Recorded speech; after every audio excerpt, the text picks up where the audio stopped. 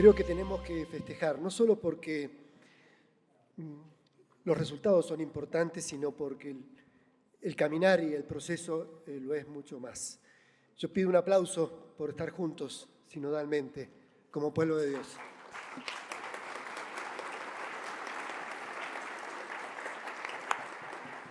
Y con una iglesia en salida. El sueño social de Francisco por la Amazonía, para la Amazonía, lo hemos hecho nuestro. Lo hemos proyectado a toda nuestra América Latina y a nuestro pueblo. Mucho más cuando se acumulan cascadas de crisis y se generan dinámicas de empobrecimiento profundo en nuestra sociedad.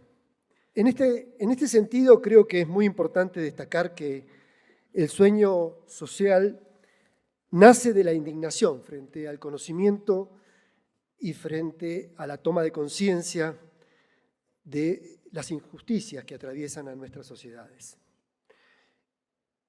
Y el Papa Francisco nos convoca a un sueño por una Amazonía que luche por los derechos de los más pobres. Nos inspira a pensar que la toma de conciencia, la toma de conocimiento se debe convertir en práctica, en acción, en transformación. Desde el Observatorio Socioantropológico Pastoral y desde la red de observatorios de la deuda social de América Latina, que pertenece al campo de la UDUCAL, venimos buscando contribuir justamente a esa toma de conciencia, a ese despertar de la conciencia a partir del conocimiento académico, del conocimiento científico. Pero para despertar justamente esas conciencias y para convocar la acción. En los pocos minutos que tengo me toca exponer algunos de los resultados de esas investigaciones que buscan ordenar las evidencias, presentarlas de alguna manera sistemática y capaces de formar parte de un esquema de denuncias fundadas que justamente convoquen a la reflexión y al cambio. Próximamente habrá un documento en el sitio de las investigaciones CELAM, justamente abordando un análisis integral, económico, social, político y ambiental de la situación de las sociedades latinoamericanas y caribeñas post-COVID, buscando iluminar en este sentido. Hay incluso una contribución teológico-pastoral de Monseñor Jaime Mancera, que también me parece muy interesante e importante tener en cuenta. Porque, como digo, la clave no es solo comentar la realidad, ni hacer crónicas de ella, sino luchar, activar, transformar.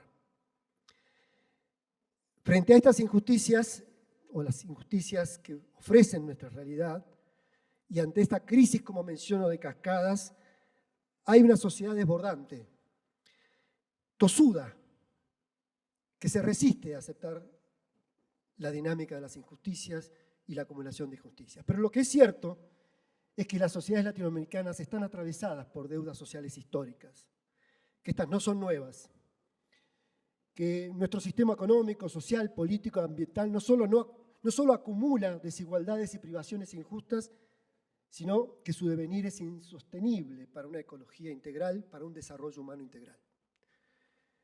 Los resultados de las investigaciones muestran esto, no es un relato, es el análisis sistemático de la información que podemos recoger de los distintos procesos y dinámicas que van atravesando a nuestra sociedad. Las deudas sociales crecen con cada crisis y la crisis del COVID también fue una crisis, pero no fue la única ni la última y no fue tampoco de las primeras. Han sido históricas las crisis que se vienen acumulando en nuestra región y produciendo mayor pobreza y mayores desigualdades sociales. La pandemia obviamente que agravó la situación. Y la reactivación post-COVID no es suficiente. Por el contrario, los saldos que ha dejado son marcadamente de mayor pobreza y mayor desigualdad, de mayores injusticias. No salimos mejores desde el punto de vista de los resultados, pero también parte de los signos de los tiempos es que salimos mejores en la búsqueda de la transformación de esta realidad. Hay otro signo, que es el signo de la rebeldía, el signo del desborde social, por la construcción de un mundo distinto, de una patria grande distinta, de una sociedad latinoamericana más justa. Hay un desborde de acción social, de actividad social, que quiere construir un mundo distinto. Frente a esta realidad, el signo de los tiempos no es solamente de mayor pobreza, sino también de mayor esperanza.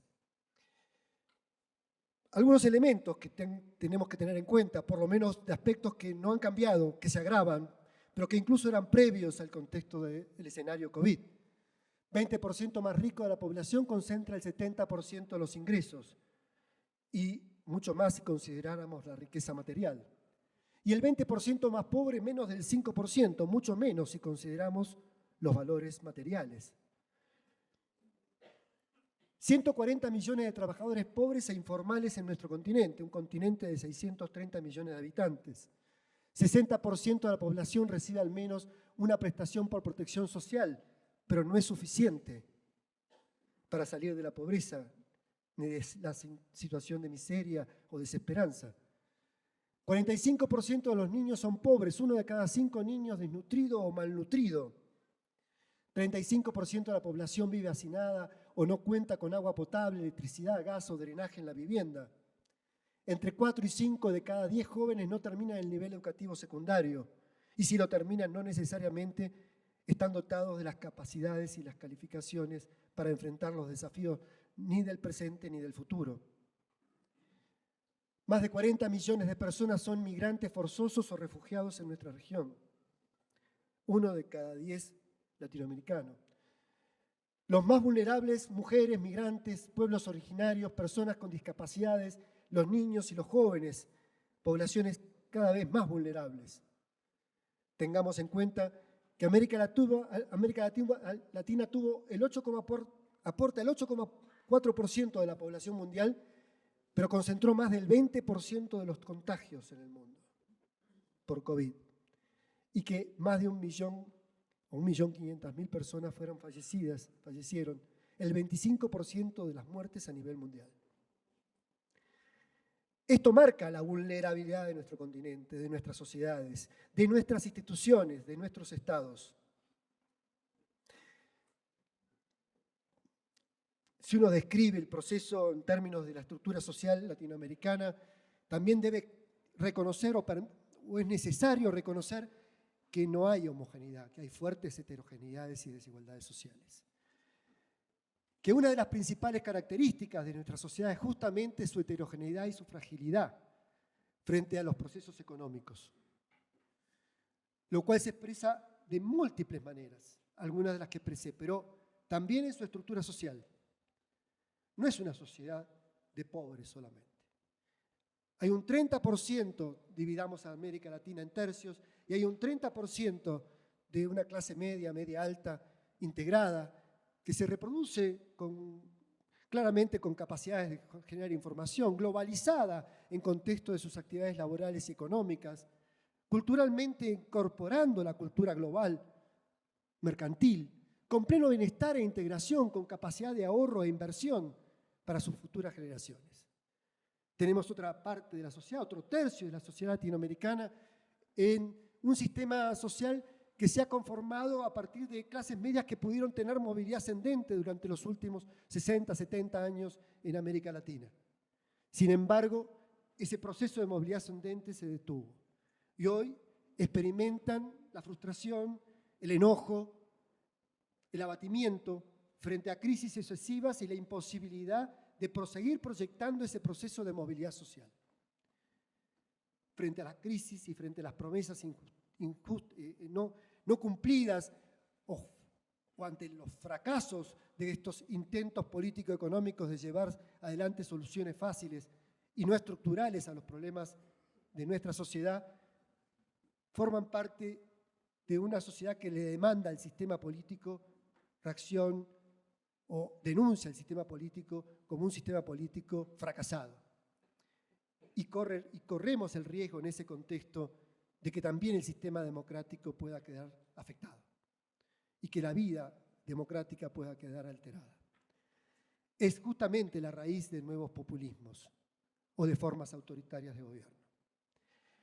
en la parte inferior de nuestra estructura social, tenemos justamente a los que no tienen trabajo, a los que les falta el trabajo, a los que hacen un trabajo cotidiano de supervivencia, donde su lucha cotidiana no les alcanza más que para sobrevivir, apenas porque la mortalidad infantil avanza y la muerte por inseguridad también es mayor, y los riesgos en cualquier nivel del desarrollo humano son mayores.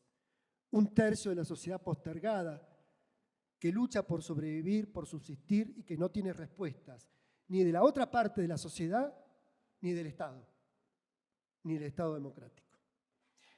Ahora, la falla es estructural. No es simplemente la acción filantrópica de las personas del tercio superior o intermedio el que va a modificar esta situación. La incapacidad político-económica para incorporar las capacidades de trabajo de toda la población, de toda nuestra sociedad, a la generación de riqueza. De riqueza no solo económica, de mercado, sino de riqueza económica, ambiental, social y cultural. Nadie debe quedar afuera en la producción de riqueza. Y esa parte, una parte importante de nuestra sociedad, no está siendo convocada a formar parte de ese proyecto de vida, de ese reino de Dios. Algunos datos por los 5 minutos que me quedan, porque no voy a poder desarrollarlos todos, pero datos sobre el crecimiento económico de América Latina durante estos años y las proyecciones que se hacen.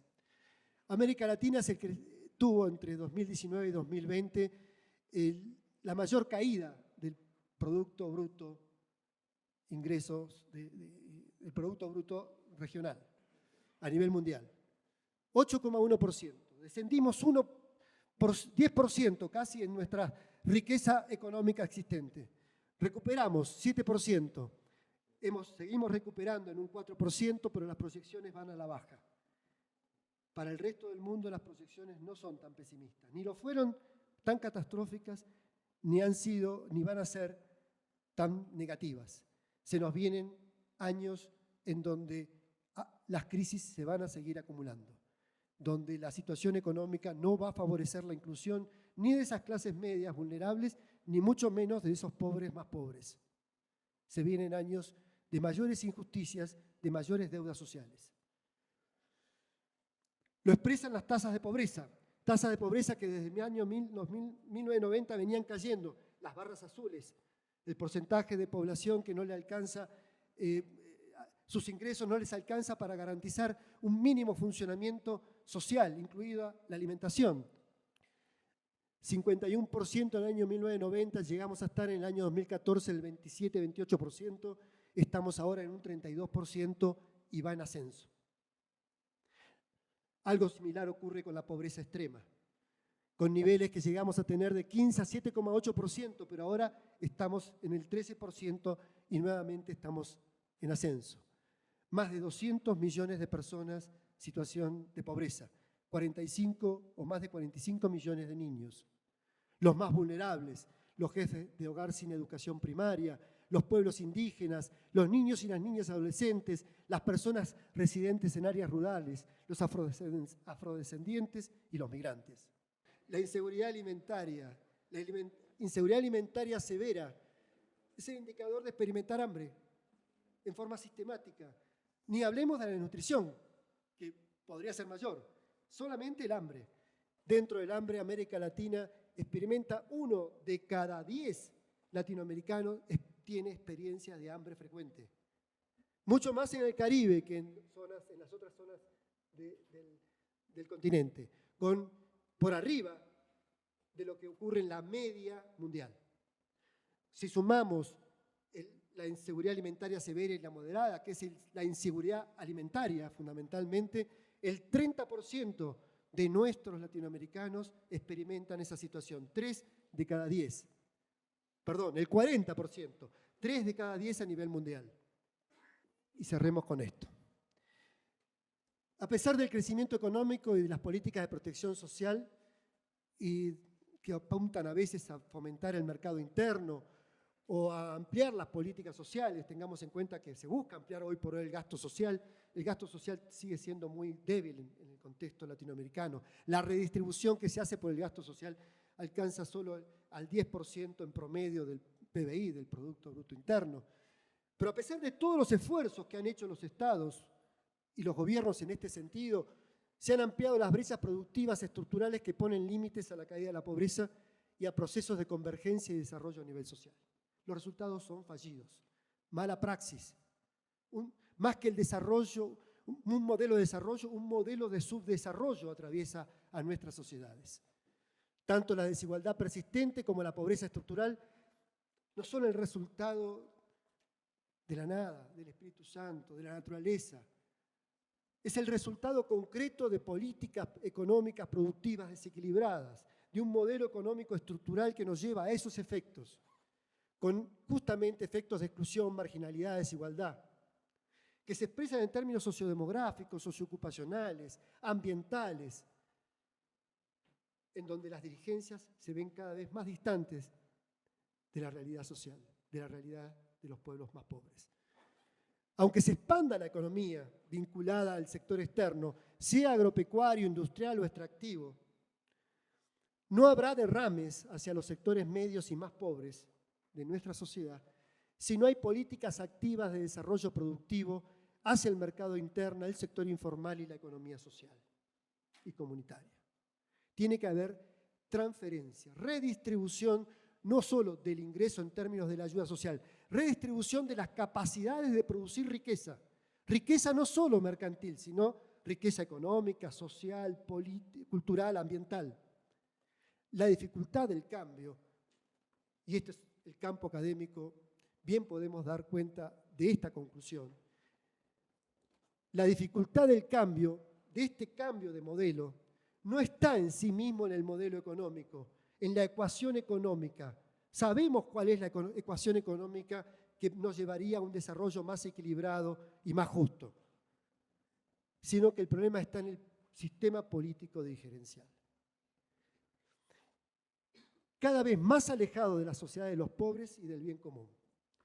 Y es aquí donde nuestra interpelación y nuestro reclamo debe poner el acento. Debemos cambiar estructuralmente los modelos económicos latinoamericanos hacia modelos más equilibrados, más redistributivos, más justos.